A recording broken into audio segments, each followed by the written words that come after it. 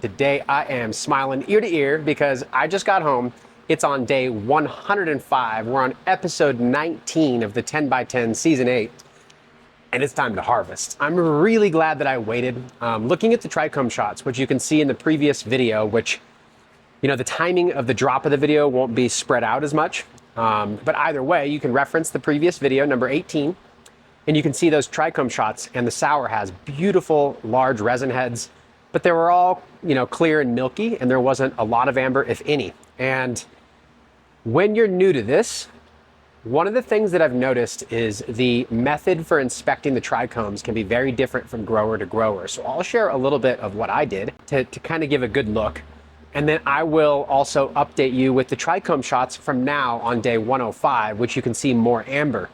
And that's what I was looking for. I like to be 5, 10, % amber, something like that. I don't like it to be dramatically amber. Usually that, depending on the genetics, some will go a little faster, but during the drying, curing, and all that, you'll get some amber up.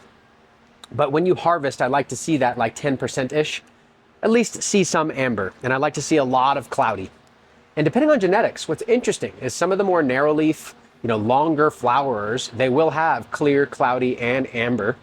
And they'll be like waves of growth as you get deeper and deeper and deeper. And partially because some of those equatorial sativas will have like a re-veg period where then it can regrow more flower depending on the cycle, because it goes from like 13 hours to 11 hours or 12 hours to 11 hours, and it's hanging right in that zone. So I just like to go with mostly cloudy and a little bit of amber, and then I also take into mind like what the genetic is, how long it took to flower, what it looked like while it was growing.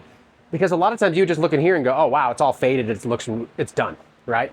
But it was faded a couple weeks ago and it just wasn't done. And the beauty about living soil is you're not rushing with like a forced flush where you force the amber out of it, it's got no nutrients, and rushing things. You can actually just let them ride and treat it and see the true like senescence, see the true lifeline and how long it takes for those plants to grow.